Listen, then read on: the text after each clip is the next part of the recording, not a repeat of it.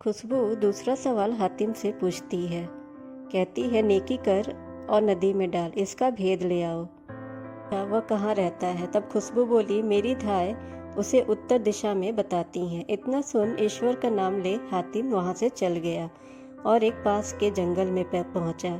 अचानक एक आदमी के रोने की आवाज़ आई। हातिम ने उससे पूछा, क्यों रो रहे हो? वह बोला, मैं एक सौदागर हूँ और मुझे हारस सौदागर की बेटी से प्रेम हो गया है। मैं उससे विवाह करना चाहता हूँ, परंतु वह उसके साथ विवाह नहीं करना चाहती। उसके 3 सवाल के जवाब मुझे देने होंगे। यह उसके 3 सवाल ऐसे हैं। इस शहर के पास एक गुफा है, जाओ उसका था लाओ। दूसरा सवाल, इस वन में एक शब्द सुनाई देता है कि मैंने वह काम नहीं किया है जो आज की रात मेरे काम आता। तीसरा, मोहर परिशाह का मोहर है, वह मेरे लिए ला दो। हातिम ने कहा, अब तुम धीरज रखो, मुझे उस शहर में ले चलो, मैं तुम्हारा काम कर दूंगा। जब शहर में दोनों पहुंचे तो हातिम उसे सराय पर बैठाया और खुद उनके द्वार पर जाकर बोला, मैं आपकी बेटी के साथ विवाह करना चाहता हूँ। द्वारपाल ने जाकर सौदागर की बेटी को खबर की तो उसने आज्ञा दी कि उसे अंदर ले आओ। हातिम जब अंदर पहुंचा तो वो पर्दे के अंदर से बोली, मेरे साथ विवाह करना चाहते हो? हातिम ने कहा, मैं विवाह नहीं करना चाहता हूँ और जवाब देकर मैं तेरा मालिक हूँ, चाहे जिससे मैं तेरा विवाह करूँ। यदि इस बात पर राजी हो तो बोलो, तेरी क्या इच्छा है? सौदागर की बच्ची कहने लगी, मैं इस बात को जरूर मानूंगी। तू मेरे पहले सवालों का जवाब ला। हातिम बोला, तुम सवाल बोलो। मेरा पहला सवाल है कि इस शहर के पास एक पहाड़ में गुफा है, तो उसका पता लगा दे, वह कितनी लंबी है और उसके भीतर क्या है। अब हातिम वहाँ से चलकर उस भयानक गुफा में गया। एक दिन और एक रात चलते ही रहा। फिर वह जाकर मैदान में बैठा। आगे चला तो दीवार उसे दिखाई दी। उस दीवार में एक दरवाज़ा था। हातिम अंदर घुस गया और एक शहर में पहुंच गया। देवों का मुखिया हातिम को लेकर बादशाह के पास गए और कहने लगे, यह मनुष्य बड़ा ही परोपकारी है। बादशाह बोले, मेरी बेटी 15 दिन से बीमार है, तू इसे ठीक कर दे, तू जो मांगेगा मैं तुझे वही दूंगा। हातिम बोला, आप मुझे दिखाओ, मैं उसे अवश्य ठीक कर दूंगा। फिर उसने कहा कि अपनी बेटी को तुम 15 दिन तक मोहरे की शरबत घिस कर पिलाते रहो, यह बिल्कुल ठीक हो जाएगी। अब तो बादशाह हातिम से बोला कि अब तू जो मांगेगा वही दूंगा। हातिम ने कहा, मैं यह मांगता हूँ कि आप के यहाँ जितने भी मनुष्य जेल में हैं वो सब को आप रिहा कर दें। फिर बादशाह ने सब बंदी को रिहा कर दिया और हातिम को धन माल देकर गुफा के बाहर पहुँचाया।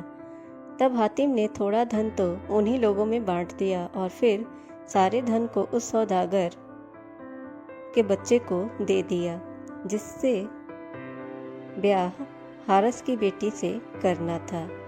सौदागर का लाल हातिम के पैर चूमने लगा। तब हातिम ने समझाया, हे भाई, मेरे पैर न छू, उसी को याद कर जिसने तुझे बनाया है, इसलिए तू ईश्वर को मत भूलना। उनकी कृपा हुई तो तेरा काम जल्दी ही बन जाएगा। सौदागर के बच्चे को समझाकर हातिम हारस की बेटी के पास गया। उसने पर्दे में से पूछा तो हातिम ने गुफा का सारा हाल सुना दिया और फिर बोला, तेरे एक सवाल का जवाब तो मैंने ला दिया है, अब तू दूसरा सवाल पूछो।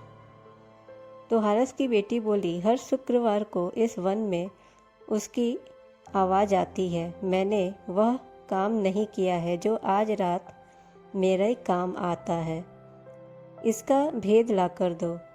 यह सुनते ही हातिम फिर चल दिया और चलते चलते एक गांव में पहुंचा।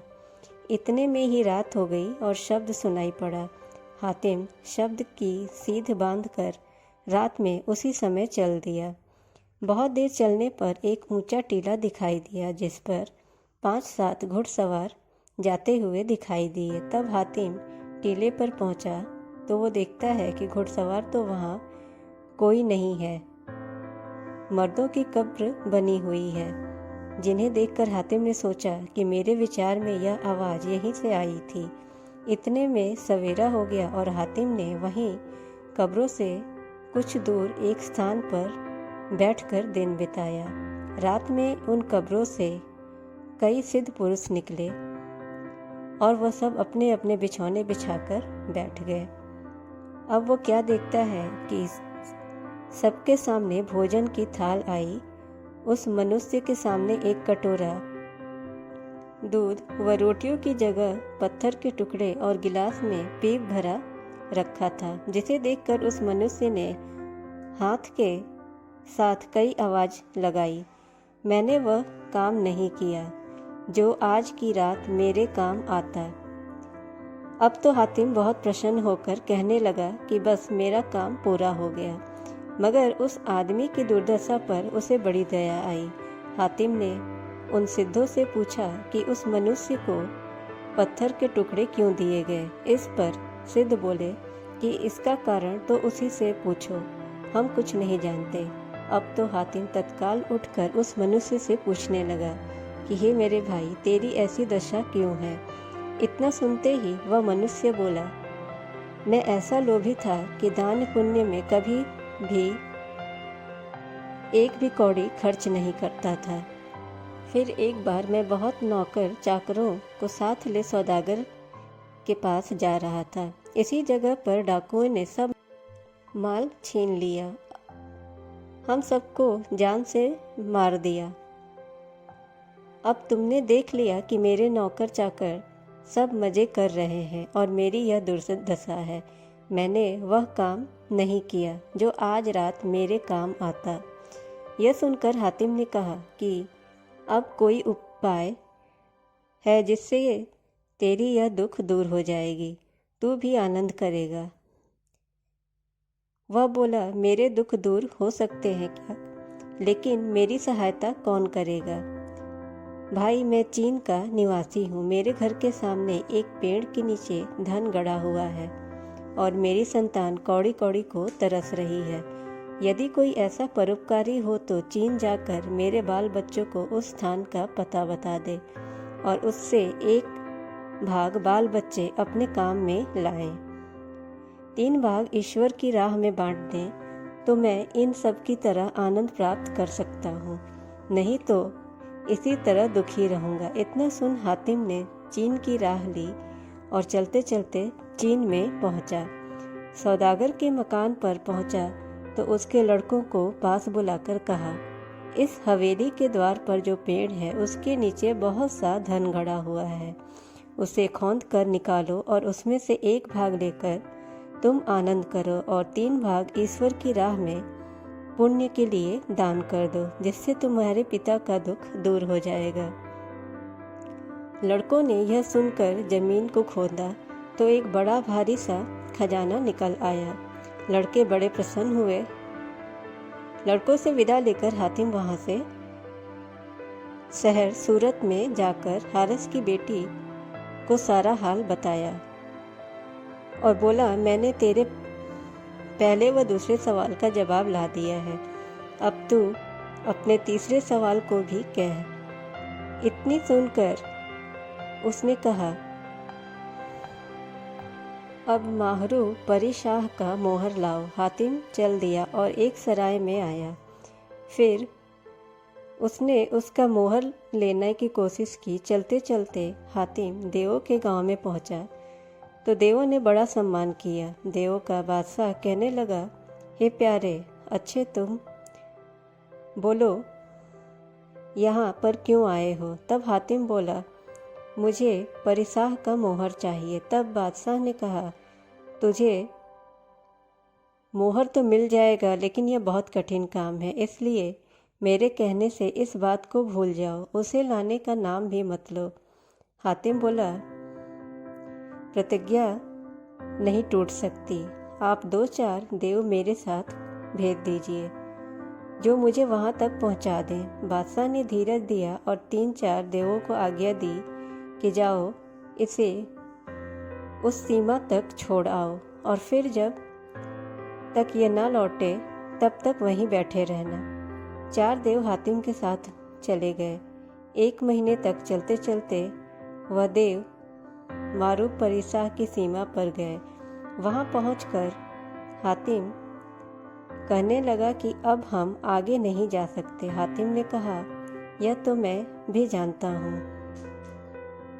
ऐसा कहते हुए आगे बढ़ा और थोड़ी ही दूर चला था कि इतने में एक परिजादों का झुंड उसके पास आया और हातिम को देखकर एक ने पूछा, क्यों रे मनुष्य, तुझे यहाँ कौन लाया है?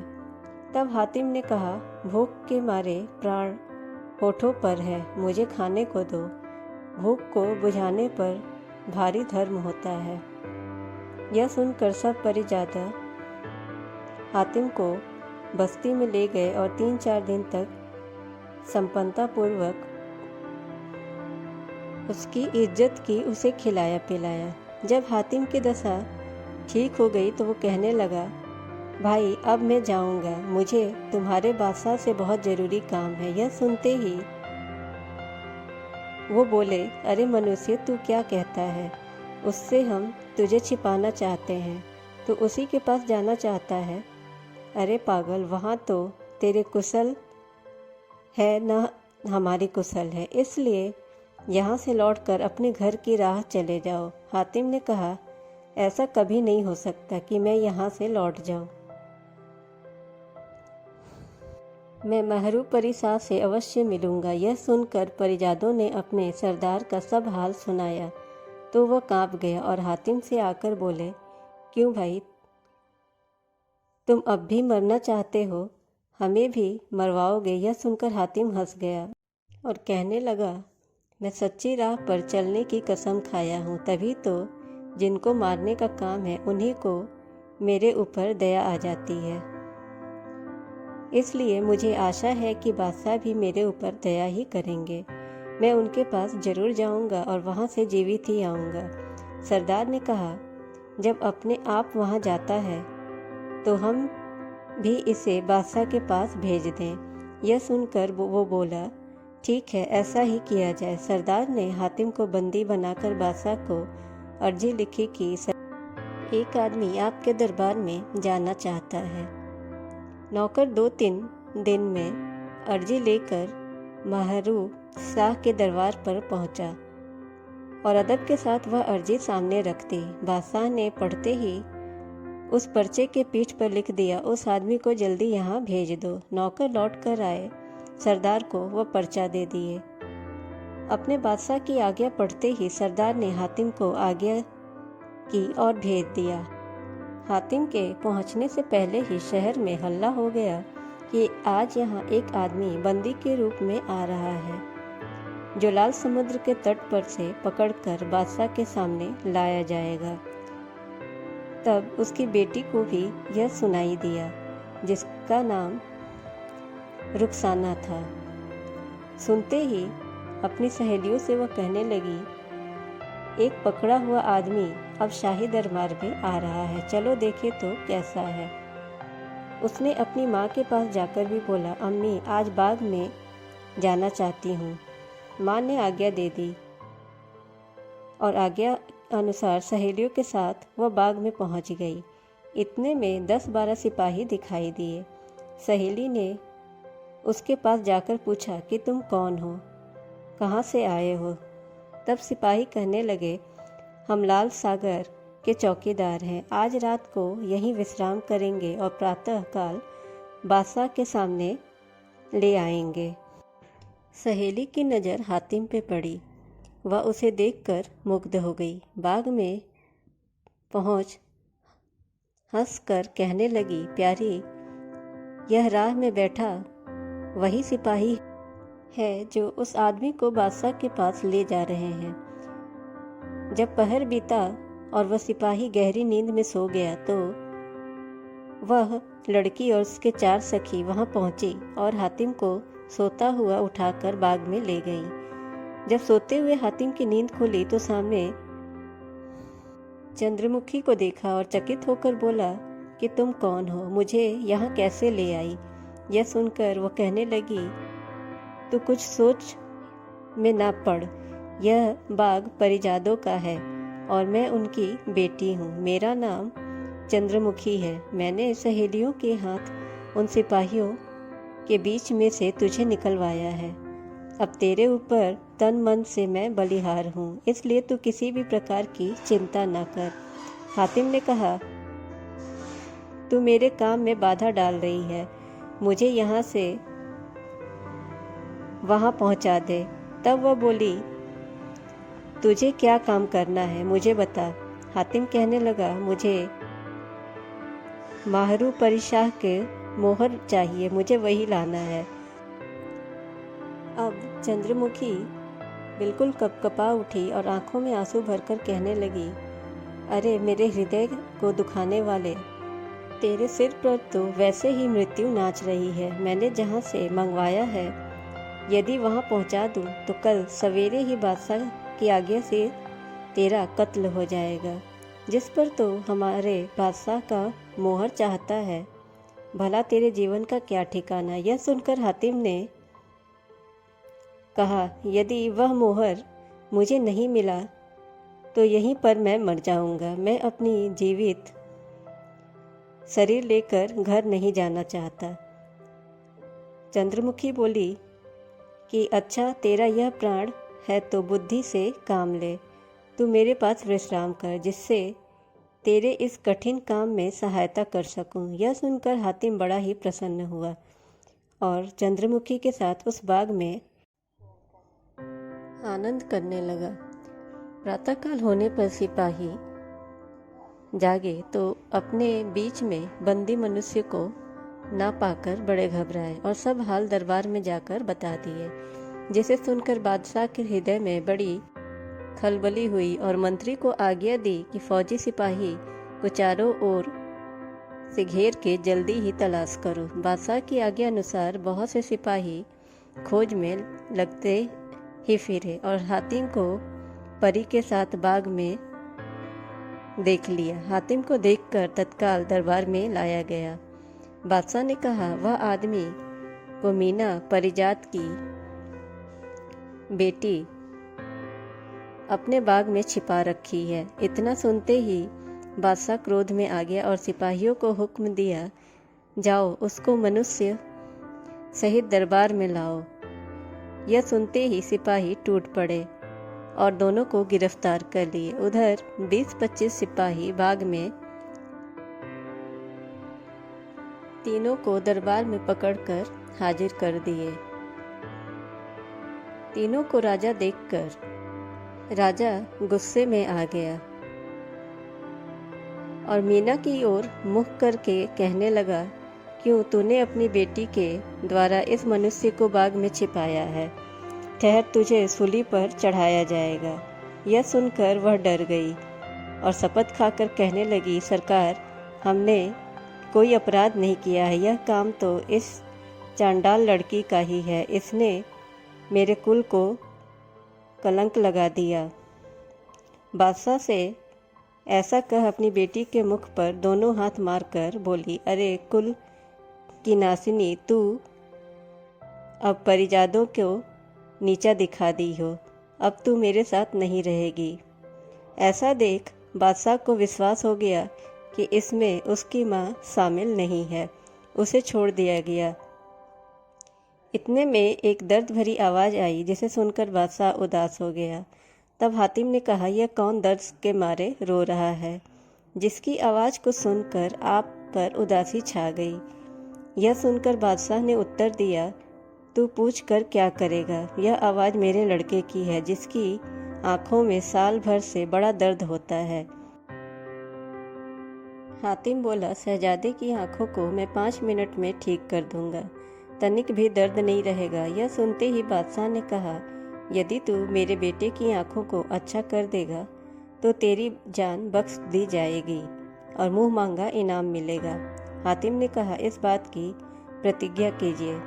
तब बादशाह हातिम को शहजादे के पास ले गया। तब हातिम ने अपनी पगड़ी खोलकर मोहरा 3 बार पानी में घिस घिस कर उसकी आंखों में लगाया, जिसके लगते ही सारा दर्द खत्म हो गया और शहजादा हंसने लगा। अब मेरी आंखों में तनिक भी दर्द नहीं है, परंतु दिखाई नहीं देता। तब बादशाह कहने लगा, हे प्यारे, तूने दर्द दूर कर दिया, लेकिन दिखने की भी कोई दवा कर। तू बड़ा भारी वैद्य है। हातिम कहने लगा, अंधकार में एक पेड़ है जिसका नाम नूर तेज है। उसके पानी की 2-3 बूंद मिले तो शहजादे की आंख में डालते ही ज्यों की त्यों ज्योति आ जाएगी। यह सुनते ही बादशाह दरबार में आकर बोले, परिजादो, तुम में कोई भी ऐसा है जो नूर तेज पेड़ का पानी ला दे। यह सुनकर सब थर्रा गए।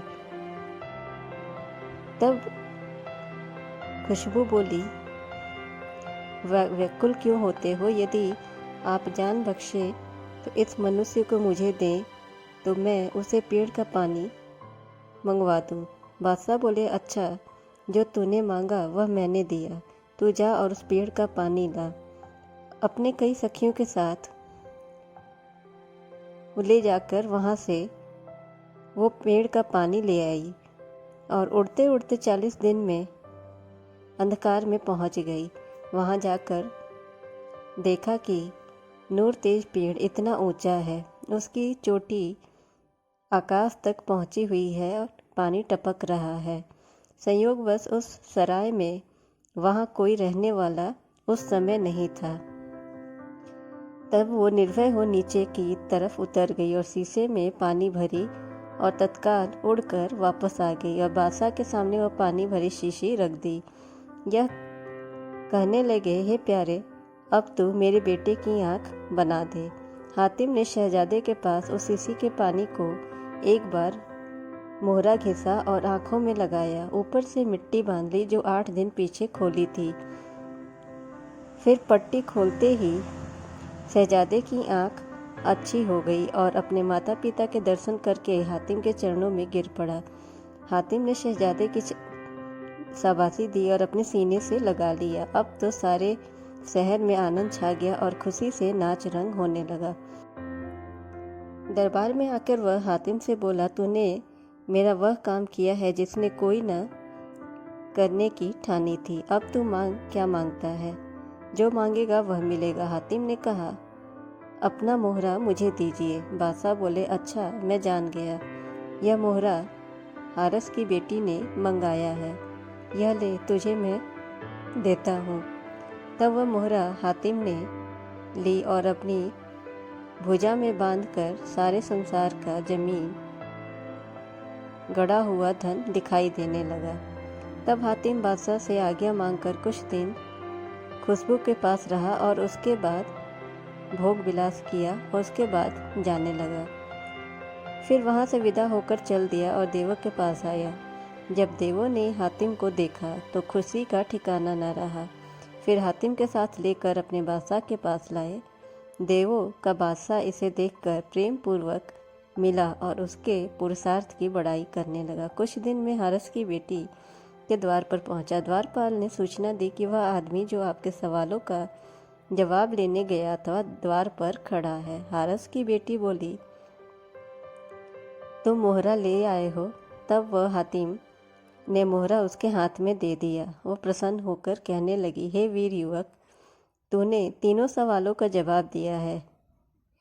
अब बोल, तेरी क्या आज्ञा है? तू जो कहेगा वही करूँगी। हातिम बोला, मेरी इच्छा बदल नहीं सकती, जो पहले थी वही अब भी है। अब क्या था कि हातिम ने सारा में सौदागर बच्चे को बुलाया और सौदागर बच्चे के साथ मृगनयनी का ब्याह कर दिया। पति व पत्नी बड़े आनंद से रहने लगे। जब हातिम दुख भोगता एक नदी के तीर पर आ पहुंचा तो क्या देखता है कि राजाओं का सा महल खड़ा हुआ है। उस पर लिखा गया है, नेकी कर और नदी में डाल। हातिम उसे पढ़कर बड़ा खुश हुआ। इतने में उस मकान के भीतर से कई दास और दासी निकले जो हातिम को बड़े प्रेम पूर्वक उसमें ले गए। भीतर जाकर क्या देखा कि एक बुढ़ा सो रहा है जो 100 साल की उम्र का था। फिर थोड़ी बाद वो देखता है कि वह सिंहासन पर विराजमान है। वह उठकर हातिम से मिला और बड़े सत्कार से भोजन कराया। यह भोजन साधारण नहीं था। जब हातिम भोजन कर चुका था तब पूछने लगा, बाबा, इस द्वार पर नेकी कर और नदी में डाल किस लिए लिखा गया है? यह सुनकर बुढ़ा कहने लगा, मैं पहले भारी लुटेरा था और मुसाफिरों को लूटा करता था, परंतु दिन में मेहनत करके कुछ पैसा कमाता था और शाम को 2 रोटी घी में डुबोकर ऊपर शक्कर रखकर उस नदी में डाल देता था। फिर कहता था कि यह काम मैंने परमेश्वर की राह में किया है। जब काम करते करते बहुत दिन हुए तो मैं बीमार पड़ गया और मेरा जीवन एक दिन इस शरीर से निकल गया। यमराज के दूत नरक में ले गए। तब तक धर्मराज के दूत वहां पहुंच गए और कहने लगे, हम नरक में ही भटकेंगे क्योंकि यह स्वर्ग के योग्य नहीं है। मुझे दूत स्वर्ग में ले गए। इतने में ही धर्मराज बोले, इसकी वृद्धावस्था अभी बहुत है, इसे यहाँ पर क्यों ले आए हो? इसी नाम का दूसरा प्राणी है, जाओ उसे ले आओ। यह सुनते ही 2 युवक मुझे पहुँचा गए और कह गए कि हम वहीं 2 रोटी देंगे जिन्हें तू भगवान की राह में डालता था। अब मुझे होश आया। हे प्रभु, आगे मैं ऐसा कोई कर्म नहीं करूँगा जो तुझे अप्रिय हो। फिर रात को स्वप्न में देखा कि एक अति सौभाग्यवान पुरुष कहता है, हे भक्त, मुझे भगवान ने आज्ञा दी है कि 100 दिनार प्रतिदिन तुझे दूं, जिसमें से कुछ तू अपने लिए खर्च करे और कुछ ईश्वर की राह में दे। मुझे नींद में देखने के बाद नींद मेरी भंग हो गई। मैंने मकान बनवाया और उसके द्वार पर लिख दिया कि भलाई कर और नदी में छोड़। 100 दिनार अब भी मुझे प्रतिदिन मिल जाते हैं, जिनको मैं हरे थके दिन मुसाफिरों में बांटता रहता हूँ। 100 वर्ष तो इस काम को बने हो गए। अब 100 वर्ष मेरी अवस्था में और शेष है। यह सुन हातिम वहाँ 3 दिन ठहरा। 4थे दिन विदा होकर वह वहाँ से चल दिया और 2.5 साल व 15 दिन बाद सहबाद की सराय मुरीशामी के पास आया, जिसे देखकर बड़े प्रेम से मुनीरसामी से मिला। यह समाचार खुशबू ने पाया तो हातिम को आदर से साथ बुलाकर पूछने लगी, युवक बता, मेरे दूसरे सवाल का जवाब लाया है? यह सुनकर हातिम ने बूढ़े मनुष्य की सारी कथा उसे सुनाई। सुनकर बड़ी खुशी हुई और वह हातिम की बड़ाई करने लगी। हातिम खुशबू से बोला, तेरा तीसरा सवाल क्या है? तब वह बोली, कोई मनुष्य जंगल में खड़ा होकर कह रहा है कि किसी के साथ बद ना करो, जैसा करोगे वैसा पाओगे। इस बात की खोज करके ला। अब तीसरे सवाल के जवाब के लिए आप हमारे चैनल को ज़रूर सब्सक्राइब करें, नोटिफिकेशन बेल दबाएं ताकि हमारी अगली वीडियो आप तक पहुंच पाए और वीडियो को ज़्यादा से ज़्यादा लाइक एंड शेयर करें। Thanks for watching.